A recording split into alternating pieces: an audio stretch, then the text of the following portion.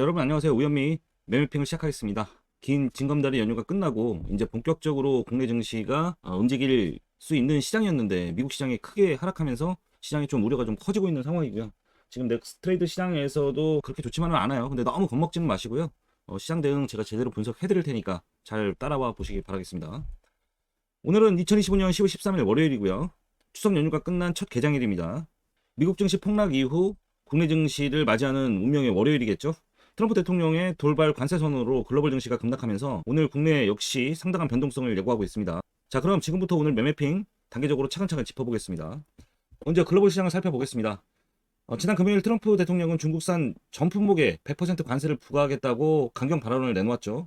이 한마디에 미국 증시는 공포장으로 급변했습니다. 다우지수는 1.9%, S&P 500은 2.7%, 나스닥은 3.6% 하락했습니다. 특히 엔비디아, 테슬라, 애플, 아마존, 메타 같은 주요 기술주들이 하루 만에 시가총액 2조 달러 가까이를 증발시켰습니다.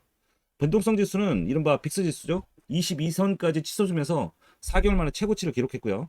유가는 경기도나 우려로 4% 넘게 급락해 WTI가 58달러대로 떨어졌죠. 브렌트 역시 62달러 선까지 밀리면서 5개월 만에 최저치를 보였습니다. 반면 금 가격은 안전자산 선호로 온스당 4,000달러 선을 다시 회복했고요. 다만 주말 사이 트럼프 대통령의 톤이 좀 완화됐죠. 그는 시진핑과 관계는 좋다, 무역 전쟁을 원하지 않는다고 언급하면서 13일 새벽 기준으로 나스닥 선물이 1.4% 반등했어요.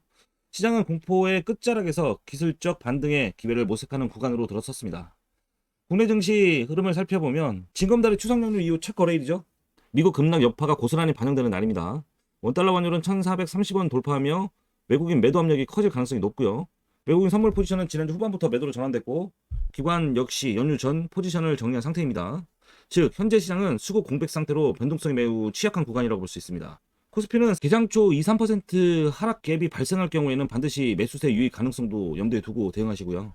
오늘 핵심은 3,480에서 3,550 박스권 방어 여부입니다. 이 구간은 버티느냐 무너지느냐에 따라서 블랙 먼데이로 번질지 아니면 단기 반등 구간으로 전환될지가 결정될 것으로 보입니다.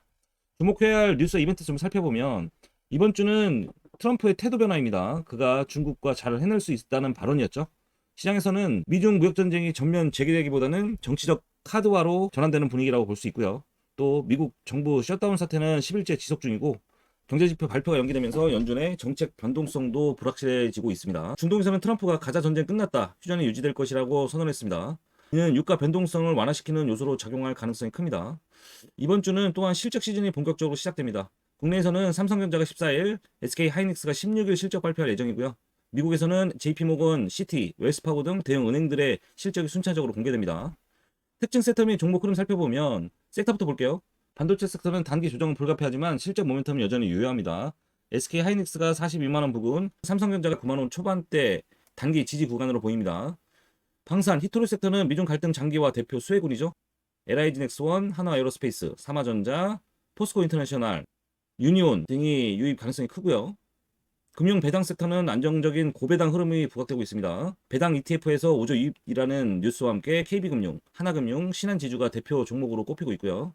건설 섹터는 국민연금이 저평가된 건설주를 매입한 것으로 알려지면서 현대건설, DLENC, GS건설 중심으로 단기 수급 반전 가능성이 있습니다. 마지막으로 가상자산 관련주는 리플과 솔라나의 급등으로 관련 과대주 중심 반등세가 유입 중이고요.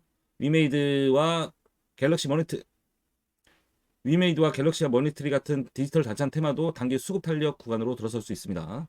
오늘의 전략 포인트 말씀드리면 오늘의 핵심 전략은 공포 속 기회 포착입니다. 첫 번째, 개장 직후 하락갭은 패닉 매도가 아니라 분할 진입 구간으로 인식해야 하고요. 두 번째는 코스피가 단기 매수 대기선으로 작용할 가능성이 큽니다. 세 번째, 환율 1430원 상단 돌파 여부가 외국인 수급 방향성을 결정짓는 핵심 변수로 보이고요.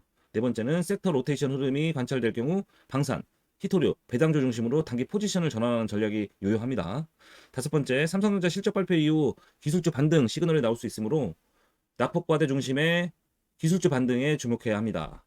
오늘의 주요 종목 말씀드리면 오늘의 주요 종목은 좀 폭넓게 말씀드릴게요. 시장 변동성을 좀 보면서 대응하시기 바라겠습니다. LIG넥스원, 하나에어로스페이스, 지정학적 완화와 방산 수출 기대가 맞물려 단기 탄력 기대되고요. 삼성전자, SK하이닉스 실적 발표 전 눌림 구간으로 기술적 반등 포인트 형성 가능성이 있고요. KB금융, 하나금융, 배당 ETF 유입과 고배당 모멘텀으로 단기 안정 흐름 기대되고요. 포스코 인터내셔널과 LS 일렉트릭은 대체 공급망, 에너지 인프라 투자 확대 수요 예상되고요.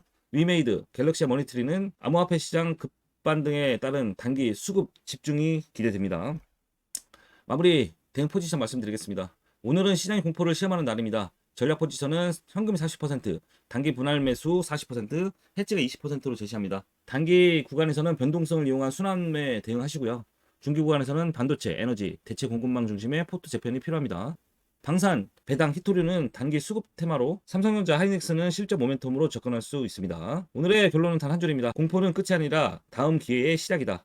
지금 두려움 속에서 냉정하게 시장을 바라봐야 할 때입니다. 이상으로 2025년 10월 13일 월요일 매매핑을 마치겠습니다. 오늘 하루 공포를 기회로 바꾸는 냉정한 트레이딩 되시기 바라겠습니다. 감사합니다. 구독, 좋아요.